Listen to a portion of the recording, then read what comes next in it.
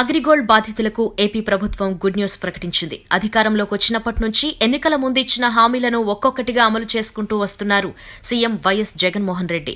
ఈ నేపథ్యంలో అగ్రిగోల్డ్ బాధితులకు 264,99,983 రూపాయలను విడుదల చేస్తూ ప్రభుత్వం ఉత్తర్వులు జారీ చేసింది. ఈ మొత్తాన్ని మొదట రాష్ట్రంలోని 13 జిల్లాల్లో 10,000 లోపు డిపాజిట్లు కలిగిన 3,69,655 మందికి పంపిణీ చేయనున్నట్లు హోంశాఖ ముఖ్య కార్యదర్శి కిషోర్ కుమార్ తెలిపారు. కూలీలు, పేదలు, మధ్యతరగతి వర్గాలు ఎంతో మంది అగ్రిగోల్డ్లో డిపాజిట్ చేసి నష్టపోయారు. అగ్రిగోల్డ్ బాధితుల భరోసా కమిటీ ద్వారా వైఎస్ జగన్ వారికి అండగా నిలిచారు. ఎన్నికల ముందు వారికిచ్చిన హామీ ప్రకారం బడ్జెట్లో 1,150 కోట్లు కేటాయించారు.